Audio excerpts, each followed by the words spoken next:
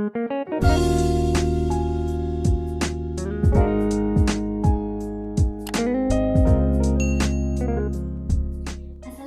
warahmatullahi wabarakatuh. Apa kabar kalian semua? Ibu harap semoga sehat selalu ya. Pada pertemuan kali ini, kita belajar KD 3.1, yaitu menganalisis gerak pada makhluk hidup, sistem gerak pada manusia, dan upaya untuk menjaga kesehatan sistem gerak. Pada pertemuan pertama, kita membahas satu submateri, yaitu struktur dan fungsi rangka manusia. Apa sih pentingnya rangka bagi tubuh manusia? Nah, kita lihat kedua gambar di bawah ini. Coba kita amati. Pada gambar yang pertama, ada seseorang yang dapat berdiri tegak. Dan gambar yang kedua, ada seseorang yang dapat duduk dengan tegak. Nah, mengapa hal demikian bisa terjadi? Karena di dalam tubuh manusia terdapat rangka penyusun tubuh manusia, yaitu tulang-tulang. Untuk yang selanjutnya, kita buka, yaitu fungsi sistem rangka bagi tubuh manusia. Fungsi sistem rangka bagi tubuh manusia yang pertama, yaitu memberikan bentuk dan mendukung tubuh. Yang kedua yaitu melindungi organ internal atau organ dalam. Misal, tulang rusuk melindungi jantung dan paru-paru. Tulang tengkorak melindungi otak. Kemudian, yang ketiga yaitu tempat menempelnya otot, di mana otot merupakan alat gerak aktif yang dapat menggerakkan tulang. Dan yang keempat yaitu tempat menempelnya sel darah pada bagian sumsum tulang atau jaringan lunak yang terdapat di bagian tengah tulang. Selanjutnya yaitu struktur tulang. Pada bagian yang membesar dinamakan epifisis. Bagian tulang yang berada di antara epifisis dinamakan diafisis. Di sini ya. Pada bagian epifisis berbentuk bulat serta terdapat titik-titik kasar pada bagian ujung, terdapat lekukan, tonjolan, dan lubang. Lekukan dan tonjolan berfungsi sebagai menempelnya otot. Dan lubang berfungsi sebagai tempat keluar masuknya pembuluh darah dan saraf. Nah, terlihat bahwa permukaan tulang yang panjang ditutupi membran yang menempel dengan kuat yang disebut dengan periosteum. Pembuluh darah kecil pada periosteum membawa zat-zat makanan ke dalam tulang. Membran ini sangat penting dalam pertumbuhan dan perbaikan tulang. Pada bagian bawah periosteum terdapat tulang kompak, disebut dengan tulang keras. Tulang kompak atau tulang keras mengandung sel-sel tulang pembuluh darah, zat kapur, fosfor, serta serabut elastis. Kerasnya tulang disebabkan karena tulang mengandung zat kapur dan fosfor. Sedangkan serabut-serabut elastis mempertahankan tulang agar tetap kuat, tidak mudah rapuh dan patah. Tulang spons dalam tulang pipa terdapat di daerah ujung tulang. Di sini ya, tulang spons kurang kompak dan mempunyai banyak ruang-ruang kecil terbuka yang membuat tulang menjadi ringan. Kemudian, sumsum merah berada di daerah tulang panjang bagian ujung di antara tulang spons. Sedangkan sumsum kuning berada di tengah tulang panjang bagian tengah yang sebagian besar berisi lemak. Di sini ya. Pada orang sehat, sumsum tulang merah menghasilkan sel-sel darah merah dengan kecepatan sampai 3 juta sel per detik. Sumsum merah juga menghasilkan sel darah putih dengan jumlah yang lebih sedikit. Selanjutnya yaitu macam-macam tulang pada sistem rangka manusia. Yang pertama yaitu kerangka pada manusia. Kerangka pada manusia dibedakan menjadi 3, 3, yaitu bagian tengkorak, bagian badan, dan bagian anggota gerak. Kita lihat untuk bagian tengkorak.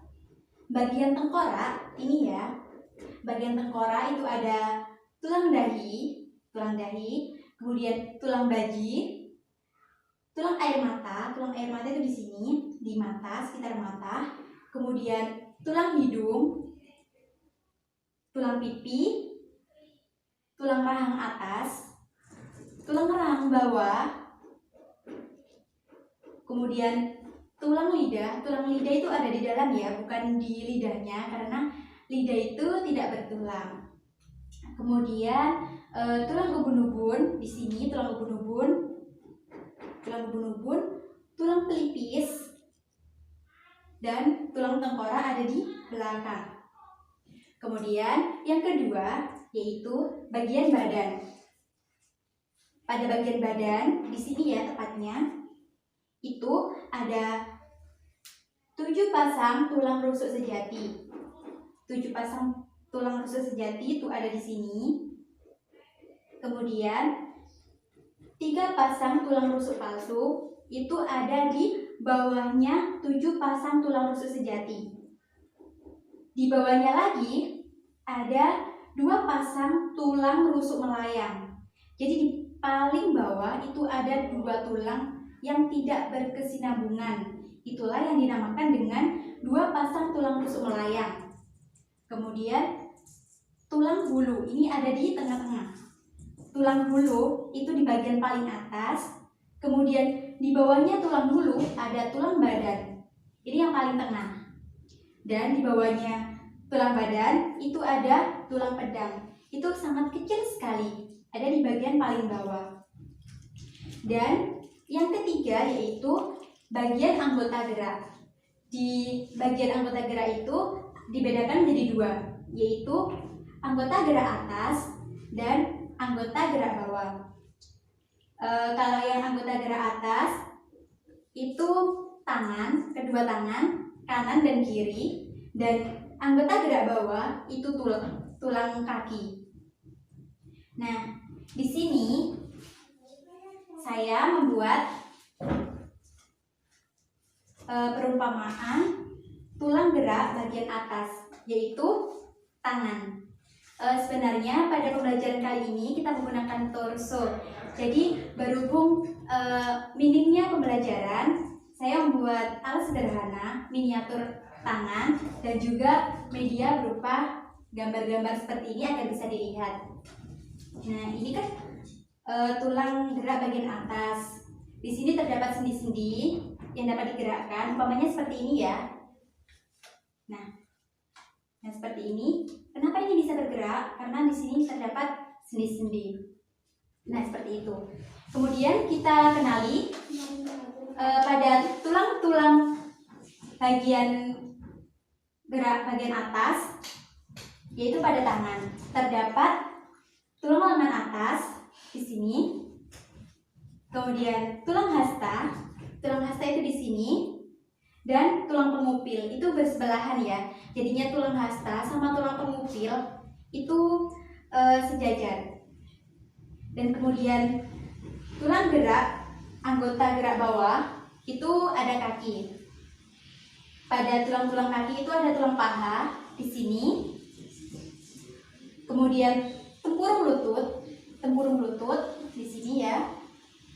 Di bawahnya lagi ada tulang betis dan tulang kering. Jadi seperti halnya tulang hasta dan tulang pengupil yang bersebelahan, itu sama seperti tulang betis dan tulang kering ya. Namun kalau tulang hasta dan tulang pengupil itu sejajarnya di tangan. Kalau tulang betis dan tulang kering itu sejajarnya ada di bagian kaki. Nah, itu yang disebut dengan anggota gerak atas dan anggota gerak bawah. Kemudian kita lihat selanjutnya. Selanjutnya yaitu jenis-jenis tulang berdasarkan bentuknya. Yang pertama itu ada tulang pendek. Tulang pendek itu bentuknya seperti pipa tapi pendek. Kemudian di sininya seperti ada rongga-rongga. Contohnya yaitu tulang jari tangan, tulang paha, dan tulang lengan atas. Yang kedua yaitu tulang pipi. Mengapa dinamakan tulang pipi? Karena bentuknya itu pipi. Contoh dari tulang pipi yaitu ada tulang dada, kemudian tulang belikat, dan tulang rusuk. Untuk yang ketiga yaitu tulang pipa. Seperti contoh pada gambar yang sangat detail tadi ya. Tulang pipa itu bukan harus seperti pipa memanjang kemudian ada lubangnya. Namun sudah saya jelaskan di bagian awal, tulang pipa seperti ini ya. Contoh dari tulang pipa itu ada tulang pergelangan tangan, kemudian ruas-ruas tulang belakang, dan yang terakhir yaitu tulang pergelangan tangan. Kemudian kita membahas soal hubungan antar tulang. Hubungan antar tulang yang pertama itu sinartosis. Sinartosis yaitu hubungan antar tulang yang tidak memungkinkan adanya gerakan, ya.